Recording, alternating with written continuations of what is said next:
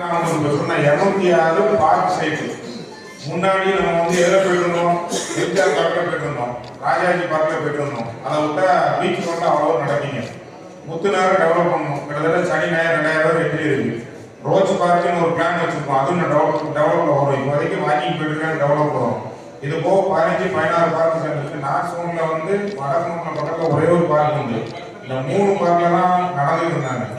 15-20 park போடுறவங்க எல்லா பார்க்லையும் நடக்கிறாங்க. இப்போ கடைசியாக நம்ம கவர்மெண்ட் வச்சது மாஸ்டர்மணி பூங்கா, தாய் மாஸ்டர்மணி போடுறோம், மாஸ்டர்மணி போட்டு திறந்துருக்கோம், திருச்செந்தூர் பார்க்ல திறந்துருக்கோம். முக்கியமான சரௌண்டிங்ல கிட்டத்தட்ட 9 பார்க் இருக்கு. இந்த மக்கள் வந்து திருப்பி ஒரு கேள்வி, எங்களுக்கு ஒரு பார்க் கிடையாது, நாங்களும் அழகா இருக்கணும். அதுக்கு தான் எம்டிஏ காலேஜ் ஒரு பார்க் முடியாது லேட்டஸ்ட் ஆகுது. புது பார்க் அந்தந்த ஏரியாவில் உங்களுக்கு மாநகராட்சியில் உங்களை சுகாதாரம் இருக்கிற மாதிரி பார்க் இருக்குன்னு கவனிட்டு இருக்கோம். இப்போ நீங்கள் சொல்கிற உங்களோட சின்ன பார்க்கு, நீங்கள் வந்து சிஎஸ்ஆர் முன்னாடி வேலை எடுத்துருக்கீங்க. அது 2-3 உங்களை மாதிரி இந்த லேபர் அசோசியேஷன் பொறுப்பில் இருக்கு. அதில் போயிட்டே பார்த்தீங்கன்னா 4 எக்யூப்மெண்ட் தான் இருக்கு. ட்ராக் நல்லா இருக்கு. ட்ராக் கட்டி நான் சொல்கிறேன், நீங்கள் ஒரு 15 வருஷத்துக்குள்ள கிடைப்பீங்க, தண்ணிக்குள்ள கிடைக்கு. அதை வந்து நம்ம டெவலப் பண்ணுறது பண்ணிக்கலாம். புது பார்க்கையும் அதையும் கம்பேர் பண்ணுவாங்க. அதுக்கு நீங்கள் சொன்னீங்கல்ல, அனாவசியமான செலவு பண்ணுறீங்கல்ல, அந்த 55% தான் அந்த துட்டை பார்த்து செலவு பண்ணிக்கலாம்.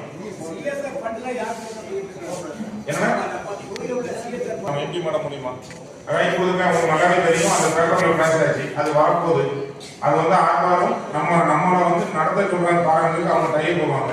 பெயிண்ட் அடிச்சு கொடுக்காங்க. ஒரு டி அடிஷன் சென்டர், அதாவது போதைக்கு அடிமையானவங்க, அப்படி அடிமையானவங்களுக்கு மறுவாழ்வு மையம் முக்கியமாக ரெடி ஆயிருக்கு. இது 3 அவங்க கட்டி தராங்க. மற்றபடி எல்லா சிஎஸ்ஆருமே ஒரு கம்பெனிக்காரர் இருக்காரு, இதை பண்றீங்க அதை பண்றீங்கன்னா அந்த சேனல் வேற. இதுதான் அவங்க சிஎஸ்ஆர் நேரடியாக பண்றாங்க. இதெல்லாம் மாவட்ட ஆட்சியர்கள் தான் போகும்.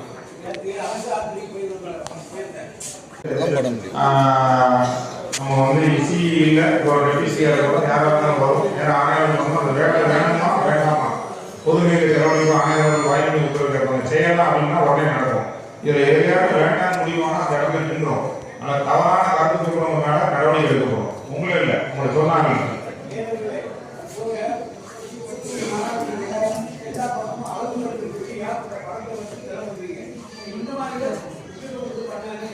ஒரு பாயிண்ட் நோட் பண்ணிக்கோங்க.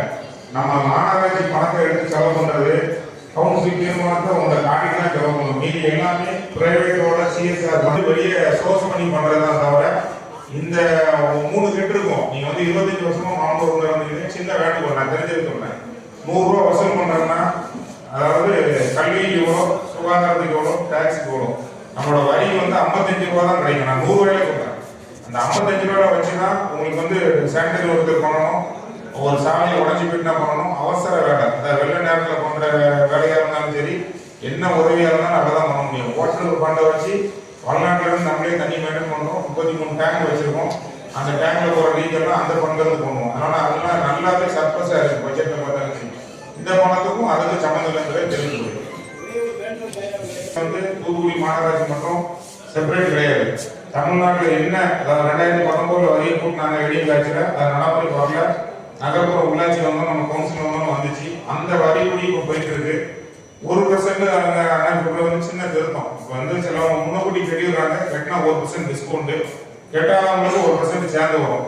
அந்த பாலிசி போன வருஷத்துல இருக்குங்கிறத உங்களுக்கு தெரிவித்து நம்ம தனிப்பட்ட முறையில் தூத்துக்குடி மாநகராட்சி போடலாம்.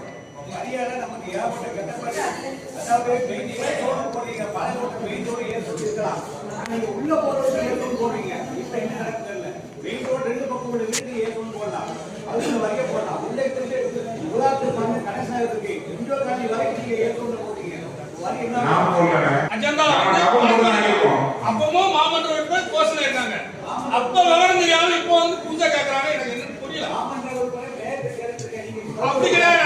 நீங்க போனதானே நமக்கு கொடுத்துருக்காங்க. நீங்க திருப்பி வந்து கேட்கறீங்க. ஏப்ரல் மாசம் தான் இந்த தீர்மானம் வந்திருக்கும். ஸோ நான் வந்து செஞ்சது வந்து என்ன செஞ்சோம்னா, சில ஊர்ல வந்து அளந்து தீர்வு எல்லாம் போட்டாங்க. ஏபிசிடிங்கிற சோனை கமர்ஷியல் டபுள் 250 ஸ்கொயர் ஃபீட் வரைக்கும் ஒரு ரேட்டு, 250 ஒரு ரேட்டு, 1000 ஒரு ரேட்டு. அந்த நிர்ணயம் பண்ண தீர்வுல தான் போயிட்டு இருக்கு. அதேயோட உதாரணம், இன்னைக்கு பக்கத்தில் இருக்க ஒரு கம்பெனி வருது, அதையும் சொல்லிடுறேன். 100 ரூபா தீர்வு இருந்தீங்க, பக்கத்தில் அண்ணன் தம்பி பார்ட்டிஷன்ல பக்கத்தில் உடச்சி கட்டிடுறாரு. அவர் ஒரு 1000 சரடி வீடு கட்டணும்னா அளந்து உடச்சி அவர் கூடி இருக்குது. நல்லா கேட்டவங்க இன்னைக்குள்ள ரேட்டு கூடி இருக்குது. அது 40 வருஷம் கட்டின வீடு. அது ஒண்ணுதான் உங்களுக்கு இடத்துல டீப்பாக தெரியுமா தவிர மற்றபடி நம்ம என்ன 2022 போட்டோமோ அதுபடி போயிட்டு இருக்கு. அந்த 1% கூடுறது எல்லாம் வந்து அவரோட தமிழ்நாட்டில் காமன் முடிவு. முன்னோடி கட்டினா 6 மாசத்துக்கு 1% டிஸ்கவுண்ட், கட்டணும்னா அந்த 1% சேர்ந்து வரும். அதாவது பாலிசி இருக்கு பாத்தீங்களா, ஃபார்முலா வந்து மாற்ற முடியாது. தமிழ்நாடு அரசு என்ன கைட்லைன் கொடுக்கோ அதுக்குள்ள வந்து சின்ன சேஞ்ச் பண்ணீங்கன்னா நம்மளால கூட்டப்படாது இந்த விஷயம்.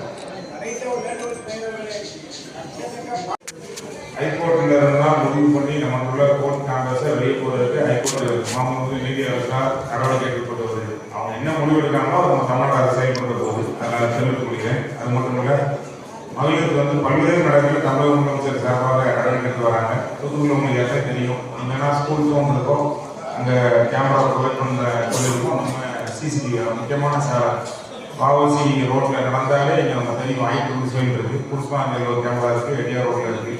என்னென்ன வகையில் பாதுகாப்பு கொடுக்க முடியுமோ அதுக்கப்புறம் உடல் ஆரோக்கியம்னா மகளிர் பூங்கா, அவர் சொன்ன மாதிரி நம்ம எங்கே படம் வச்சுக்க மகளிர் பூங்கா, அதுக்கு மாதிரி பிரத்யேக வருது. அனைத்து பூங்காவிலும் கிட்டத்தட்ட 15க்கும் மேற்பட்ட இன்னும் 206 பூங்கா இருக்கு. நம்ம மாநகராட்சிக்கு ஒதுக்கப்பட்ட பூங்கா விட 206. அதில் கிட்டத்தட்ட ஒரு 44 சில ஆர்டர் இருந்தாலும் அதை நடவடிக்கை எடுத்து வரும். லைவ்ல இருக்கிற கிட்டத்தட்ட 50 பூங்கா இருக்கு. அதில் ஒரு 20 பூங்கா நம்ம புதுசாக திறந்து 3 வருஷத்துல எல்லா பூங்காவையும் பார்த்தீங்கன்னா வாசலில் வந்து அந்தந்த வீடு யார் வீடு இருந்தாங்களோ அந்த சிசிடிவி போட்டவர்களுக்கு பாதுகாக்கப்பட்டவர்கள் சொல்லிக்கிறேன். அவங்க வார்டில் வந்து நம்ம 50 பேரை வார்டை விட்டுட்டோம். 16 திருவிக்கானது வந்து ஏற்கனவே ரயில்வேல இருந்து ஓட கனகாவரம் பகுதி போலீஸ் கோட்டை சண்டை தான் இருக்குது. நம்மளோட மெடிக்கல் காலேஜ் சண்டை தான் இருக்குது பேக் சைடு. அதனுடைய ஏற்கனவே சேனல் வெட்டி நம்ம 4 வரையிலும் கொண்டு போய் அங்கேருந்து 45 கீழோட சேனலை கனெக்ஷன் பண்ணியிருக்கோம். அதுக்குள்ளேயே இன்னொரு சாலையும் இருக்கு. அது மண்ணாவே கிடக்கும். 110 இடம் 110 ஏக்கர் தொழில்துறை புறம்போக்கு இருக்கு. அதுக்குள்ளேயே ஒரு சாலையும் ரயில் கனெக்ட் பண்றதுக்கு இப்போ ஆய்வு நடந்துட்டு இருக்கு. கிராவிட்டி வந்துச்சுன்னா அந்த வேலையை நடைபெறும்.